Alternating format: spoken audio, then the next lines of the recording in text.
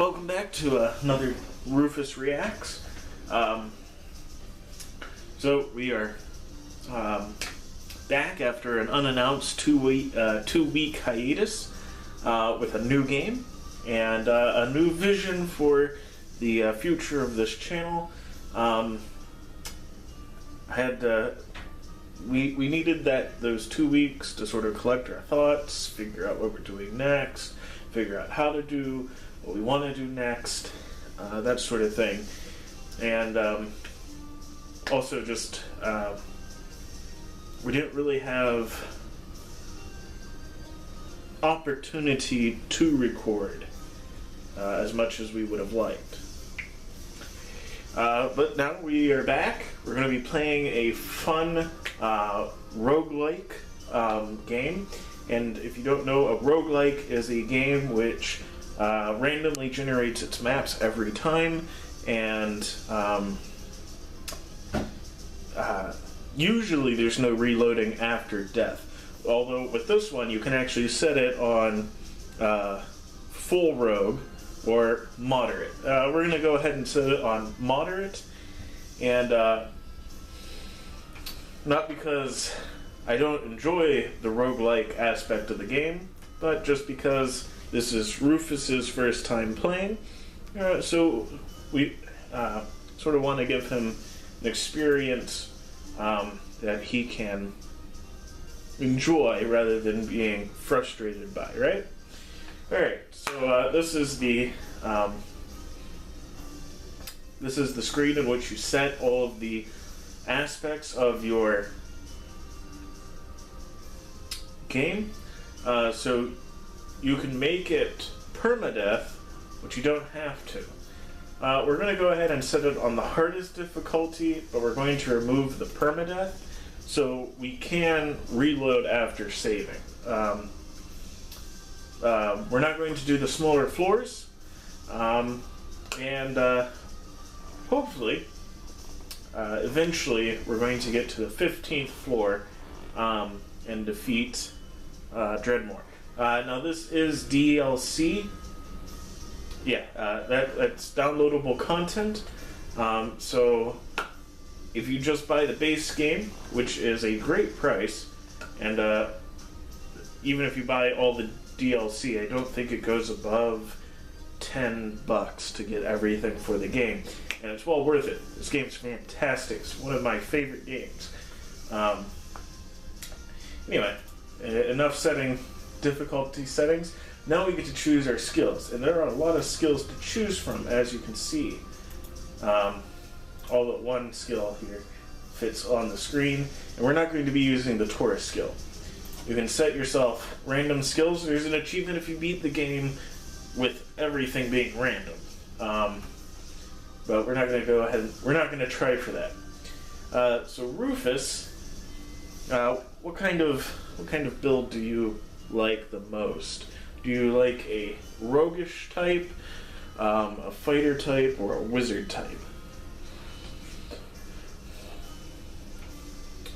Okay, fighter with a bit of rogue? That's completely doable. We can do that. So we're going to go ahead and give ourselves swords, and do you want to dish out a lot of damage or not take a whole lot of damage? Dish out a ton of damage. Best defense is a good offense. Okay. So you also want to take axes and follow that up with dual wielding. That's how you dish out the most damage. Any of the weapon sets would have worked as long as it wasn't pole arms, which use 2 hands. And daggers don't do all that much damage. Those are more for if you want to go straight assassin. Now, of course, burglary is very important, and perception. If you don't want to die from traps, you should probably put perception somewhere in your build, and you'll see why that is here when we start. Alright, so now the question remains, what else you want to give yourself?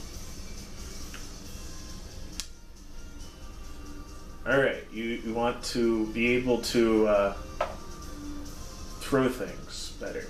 Alright, there's a lot of throwing weapons in the game, and the more you can throw, the better. Because some of them are pretty powerful. I'm going to go ahead and give you communism, because in this game, it is among the better skills for getting away from people really fast. Although, it starts off very useful and just becomes less useful, but for getting you through the start of the game, communism is great. So this is Rufus's build. Alright, looks like we're about halfway through our episode, and we've only just built our character, but naming is a breeze.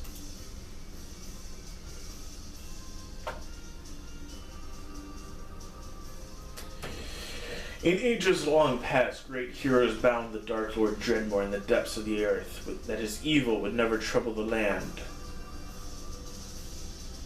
I read that wrong. Bound the Dark Lord Dredmor in the depths of the earth, that his evil would never trouble the land, would trouble the land nevermore.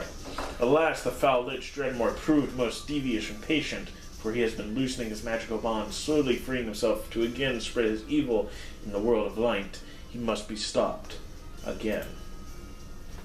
Once more, it is a time of adventure, of glory. It is a time for a hero. Unfortunately, this hero is you. You have been summoned by the king to prove yourself, to save the land and his people, to join the heroes of legend and victory over the Dungeons of Dredmor.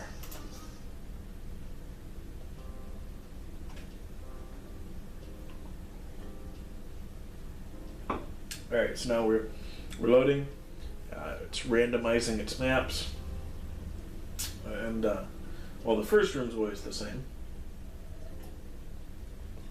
Every room after the entry room is different.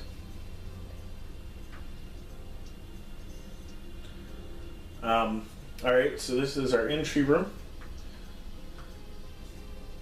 And because of our burglary skill, this is a passive skill, don't have to do anything to activate it, we get to steal food from vending machines.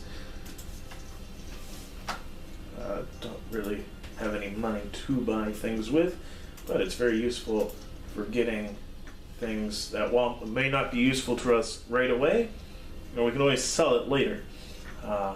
Let's make some money. So now our question is right, left, or down? Right?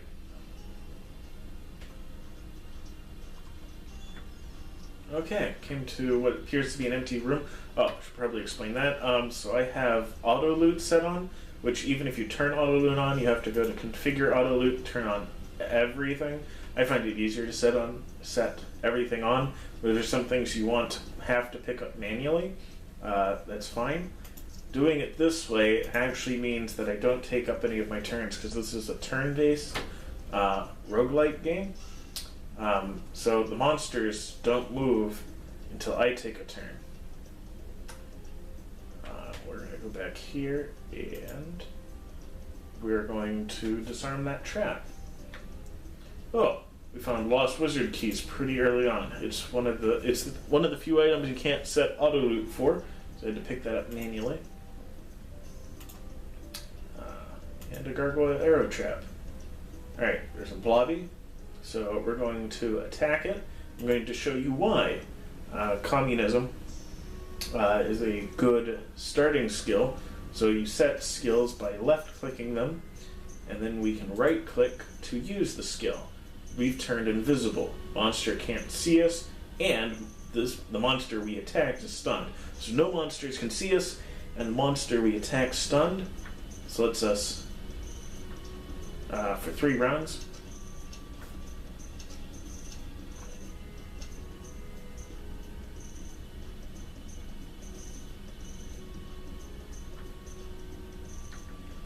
Alright.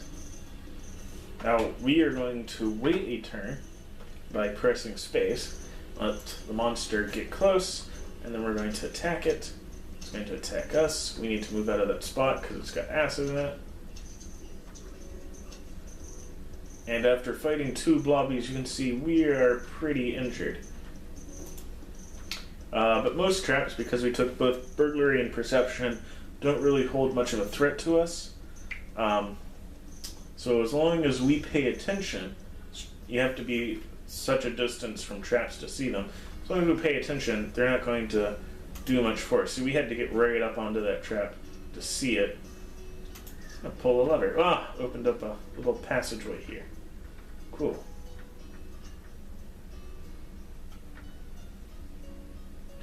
And you can see that it says that the raven, at the very bottom of that text, it says the raven's peaceful and not attacking you at the moment. Which reminds me, I don't think we set up our inventory at all. So we started the game with a wooden sword, but it's not very good.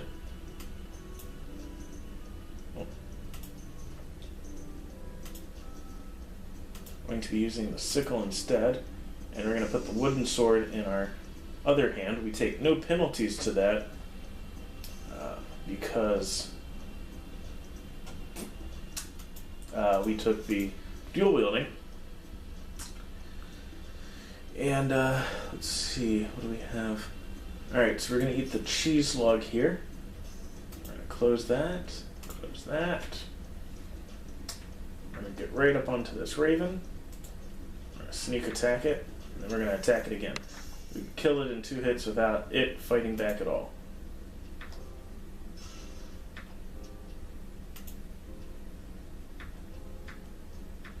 So that's why I'm going to be semi-running from this raven until I can use it again.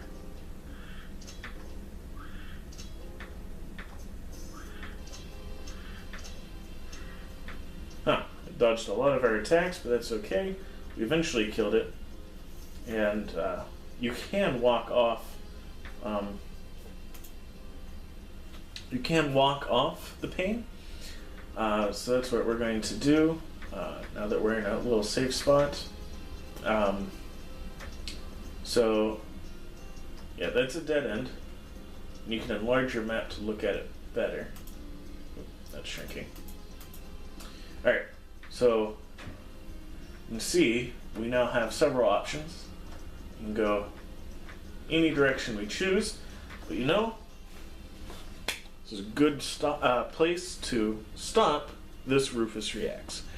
Well, thanks for tuning in, and hope you enjoyed our first adventure into the dungeon, or Dungeons of Dredmor. Thanks for watching, and we'll see you next time.